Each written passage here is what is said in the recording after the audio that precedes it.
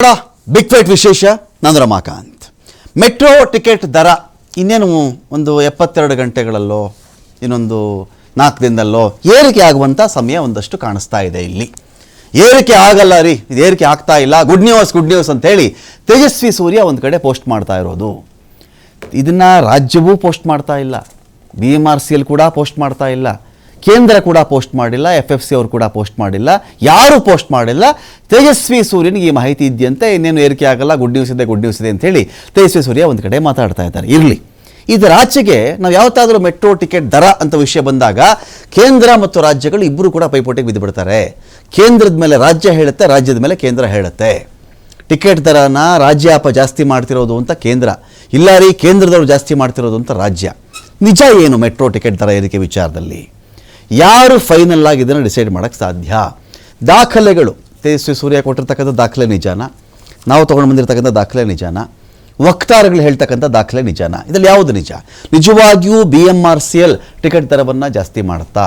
FFC ಅಂತ ಒಂದು ಯಾಕಿದೆ, ಅದರಲ್ಲಿ ನಿವೃತ್ತ ಹೈಕೋರ್ಟ್ ಜಡ್ಜು FFCಯ ನೇತೃತ್ವವನ್ನು ವಹಿಸಿಕೊಂಡು ಮೆಟ್ರೋದ ಆರ್ಥಿಕ ಆರೋಗ್ಯವನ್ನು ಪರಿಷ್ಕರಿಸಿ ಅದನ್ನು ಮೌಲ್ಯಮಾಪನ ಮಾಡಿ ಅವರು ಡಿಸೈಡ್ ಮಾಡ್ತಾರೆ ಇದನ್ನು ಎಷ್ಟು % ಜಾಸ್ತಿ ಆಗಬೇಕು ಅಂಥೇಳಿ.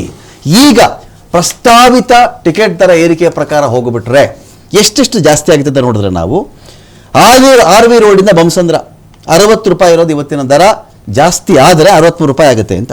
ಮೆಜೆಸ್ಟಿಕ್ ವೈಟ್ ಫೀಲ್ಡು 84 ರೂಪಾಯಿ ಆಗುತ್ತೆ, 80 ರೂಪಾಯಿ ಇದ್ದದ್ದು. ಮೆಜೆಸ್ಟಿಕ್ ಬೊಮ್ಮಸಂದ್ರ 82-84 ಆಗುತ್ತೆ. ಸೇಮ್ 60 63 ಆಗುತ್ತೆ. ಮೆಜೆಸ್ಟಿಕ್ ಚಲಗಟ್ಟ, ವೈಟ್ ಫೀಲ್ಡ್ ಚಲಗಟ್ಟ 90-95 ಆಗುತ್ತೆ.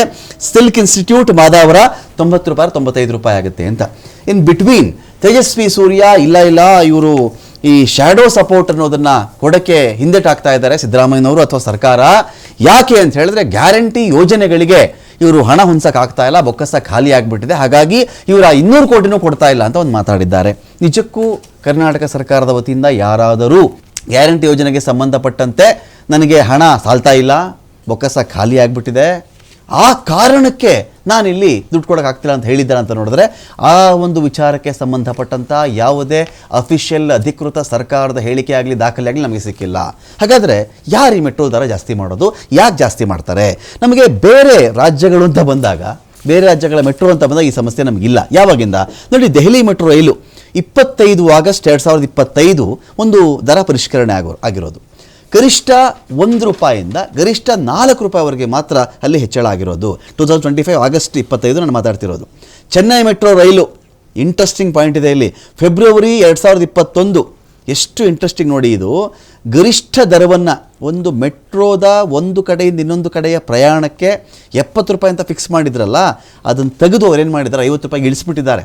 ನಿಮಗೆ ಚೆನ್ನೈಯಲ್ಲಿ ಯಾವುದೇ ಮೆಟ್ರೋ ಹೊತ್ಕೊಂಡು ಎಲ್ಲಿಗೆ ಕಡೆಗೆ ನೀವು ಟ್ರಾವೆಲ್ ಮಾಡಿ ನೀವು ಕೊಡಬಹುದಾದ ಗರಿಷ್ಠ ಬೆಲೆ ಅಂತ ಹೇಳಿಬಿಟ್ರೆ 50 ರೂಪಾಯಿ ಮಾತ್ರ. ಅಲ್ಲೂ ಅದೇ ಫೈನಲ್ಲು 80 ರೂಪಾಯಿ ಇಲ್ಲ, ಇಲ್ಲಿ 90 ಓದ್ಬಿಟ್ಟನಲ್ಲ ನಾನೀಗ, 90-95 ಬೆಂಗಳೂರಲ್ಲಿ ಅಂತೇಳಿ, ಅಲ್ಲಿ ಫೈನಲ್ 50 ರೂಪಾಯಿ ಅಂತ ಇದೆ.